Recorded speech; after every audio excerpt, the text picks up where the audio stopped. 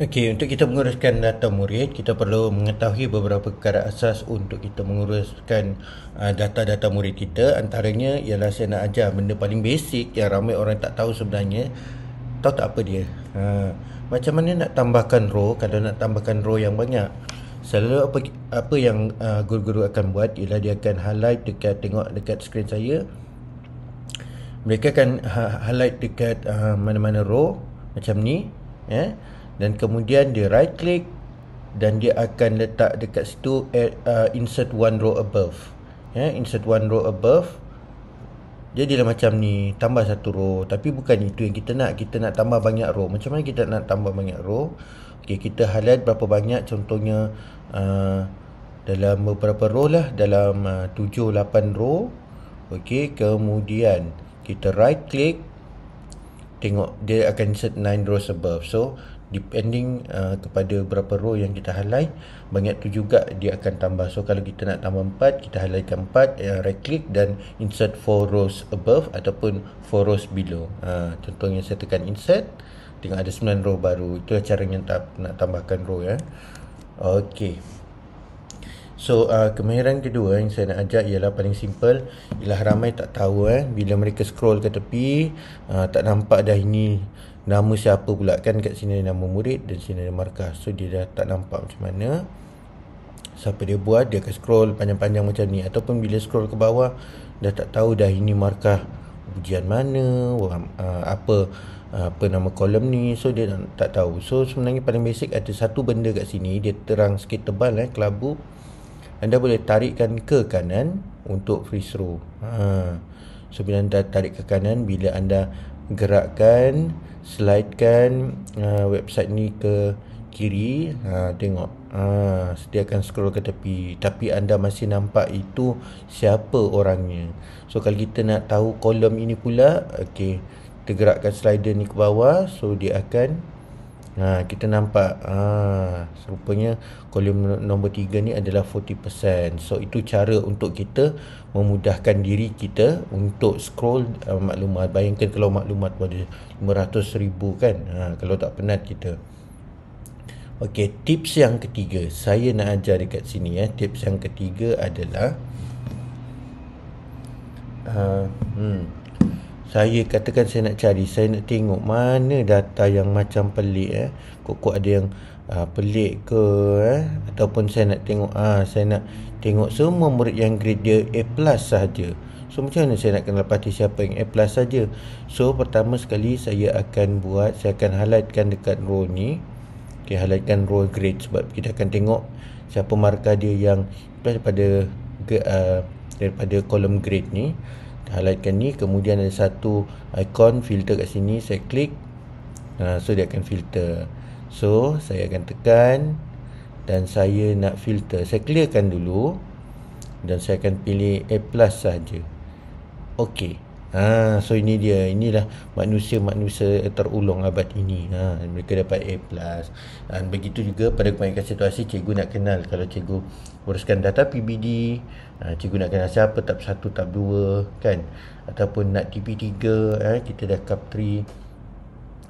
So kita nak pastikan ada yang dapat cup TP3, so ini mudahkan cikgu. Bayangkan kalau cikgu ramai murid kan, so ini cara cikgu nak dapatkan dengan cepat, ataupun kadang-kadang dalam satu kolom tu mungkin ada yang pelik. Kalau kita minta orang isi form, sepatutnya dia isikan, kalau tak ada tu dia isikan kosong, tapi dia letak kosong perkataan lah, dash lah. So ini benda ni kita nak cari, kita cari di mana benda-benda ni berlaku dan kita boleh filter dan kita boleh buang datanya ataupun kita betulkan. Harapnya jelas kat situ. So kita offkan filter, so dia kembali pada asal. Okey, saya tembak balik apa lagi nak ajar. Okey, seterusnya katakanlah okey, kita dah buat macam ni. Kita dah buat macam ni. Okey, 19 kan, macam ni. Okey, sekarang kita nak pastikan, katalah 19 ni sebenarnya font dia Merriweather, dia punya size pula 18. Sekarang ni kita nak tukar, katakan kita nampak nombor 48, kita nak 48 ni sama dengan nombor 19 ni tadi. Dah kita pergi klik kita cari lagi, scroll lagi tulisannya lepas tu tukar lagi adjust size-nya So kita tak nak macam ni. Kita nak cara paling cepat. Kita pergi highlight balik, klik dekat nombor yang asal tu. Kita cari lambang paint format. Klik mana dia copy style tu, dan kita klik dekat destinasi yang kita nak sama dia punya bentuk tu, seperti nombor 48 ni kita klik. So dia follow apa saja. Kalau ini tulisan merah, ini tulisan merah. Itu cara dia. Kalau kita Ctrl C, Ctrl V, itu akan copy data, bukannya copy style. So kena tahu beza dia. Ini adalah untuk copy style.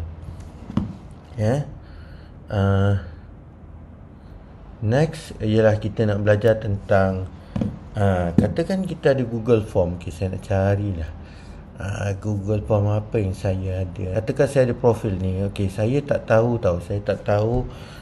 dari mana. Actually ini dari Google Form. Mana kadang-kadang kita dah banyak sangat Google Form, kita banyak sangat Google Sheets yang kita dah jana. Kadang-kadang kita tak tahu dari mana Google Form ni. Cara dia senang saja.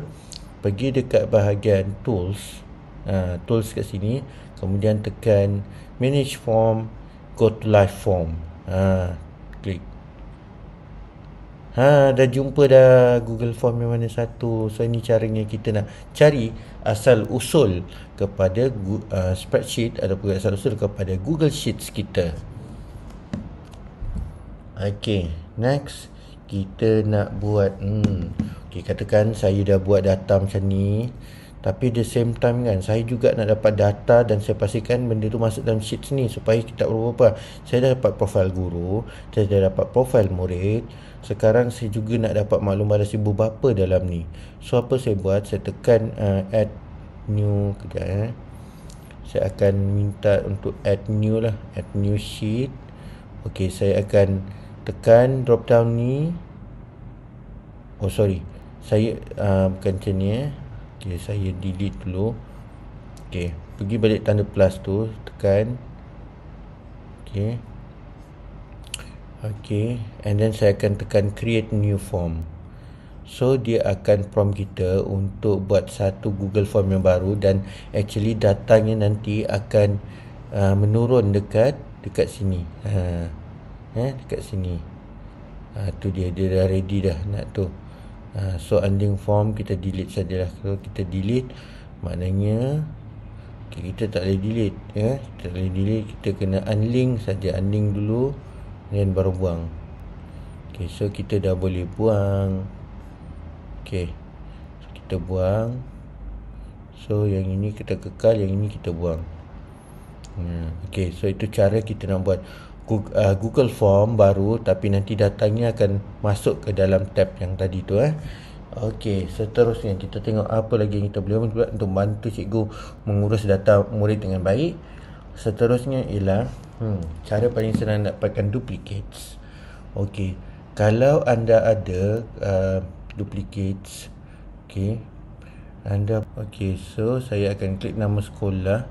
Saya nama sekolah je ni. Saya akan klik nama sekolah.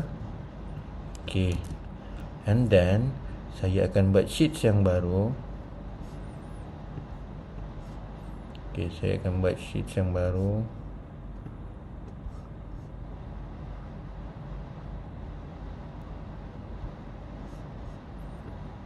Saya buat sheets yang baru kat sini. Saya akan namakan kat sini. Saya juga akan dapatkan senarai sekolah di daerah. Ataupun cikgu letak nama murid sekolah. So saya akan juga copy senarai sekolah ni. Copy.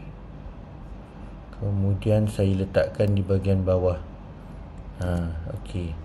Now bahagian bawah ni ada senarai penuh, yang ini ada senarai di atas. Saya akan buat find duplicates, dan kalau nama tu sama, maka sebelah bawah ni kotak ni akan hilang, yang atas kekal. So kotak-kotak yang tinggal masih tertera kat sini ada yang belum hantar. So saya akan highlightkan kolom ni, kemudian saya akan cari tools find duplicates .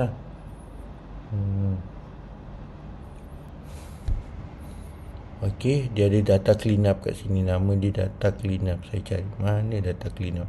Data cleanup. So remove duplicates. Okay,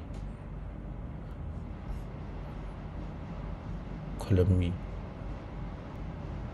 Okay, remove duplicates.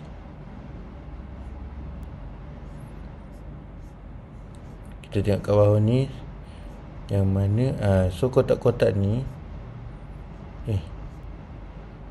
kotak ni ada yang belum hantar. Kita tengok kat sini.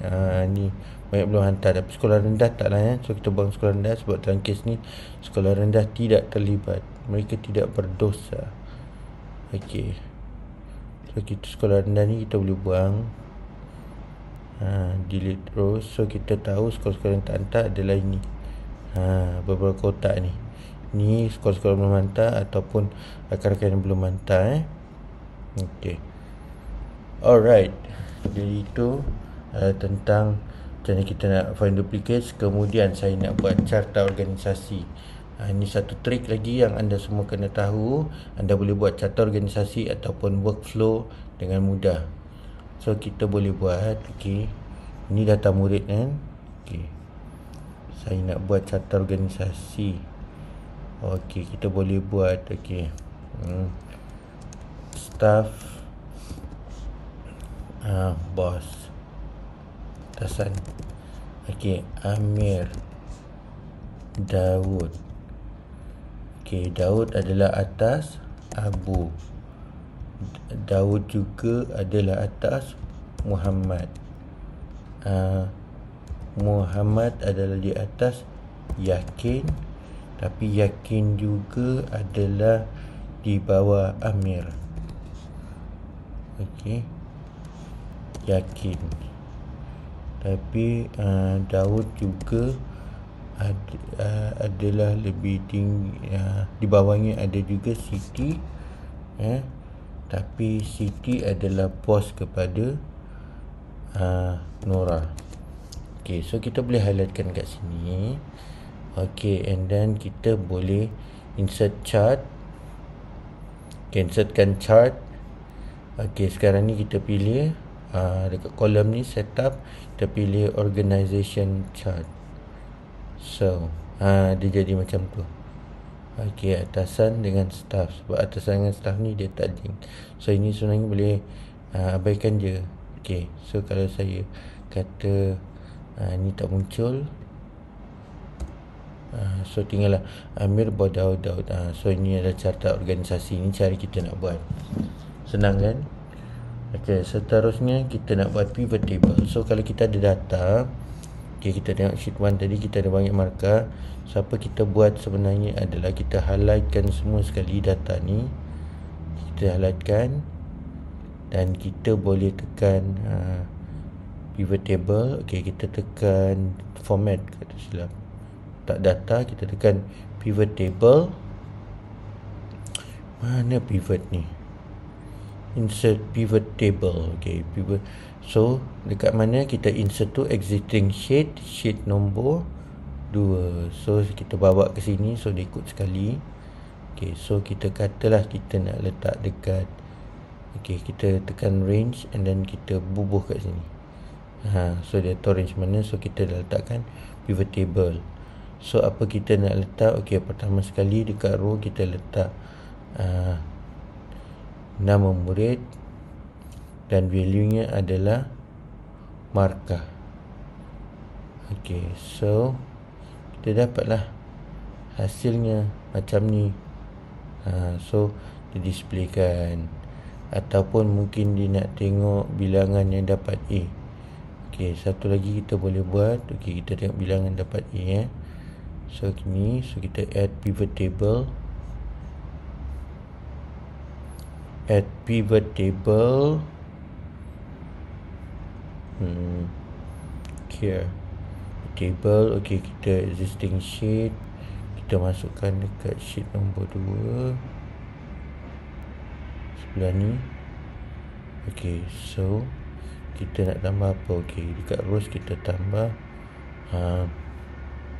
grade. Grade ni, so value nya adalah grade. So kita tengok jadi ke tak jadi. So ini kita dapat anggaran dia. So grade dengan grade, kita akan dapat value grade. So ini cara kita nak buat pivot table. Dan daripada pivot table ni, okay, so kita boleh buat insert chart. So dia cantik. So kita boleh dapat semua summary sebenarnya dalam satu page yang cantik ini. So ini jadi macam dashboard dalam data studio kita. So ini pivot table ni boleh nampak semua data at a glance tanpa kita nampak data yang banyak-banyak tu. Okey, last sekali saya nak kongsikan kepada anda, tahukah anda boleh buat data cleanup dan anda boleh buat macam-macam lagi. Anda boleh buat macam-macam lagi. Anda boleh remove duplicate, cleanup suggestions and all. Dan anda boleh perkaitkan lagi dengan anda menambah beberapa add-ons yang menarik daripada Google Sheets. So itu saja tips yang saya nak kongsikan. Okay, bye. Jangan lupa subscribe dan saya ada banyak lagi video menarik.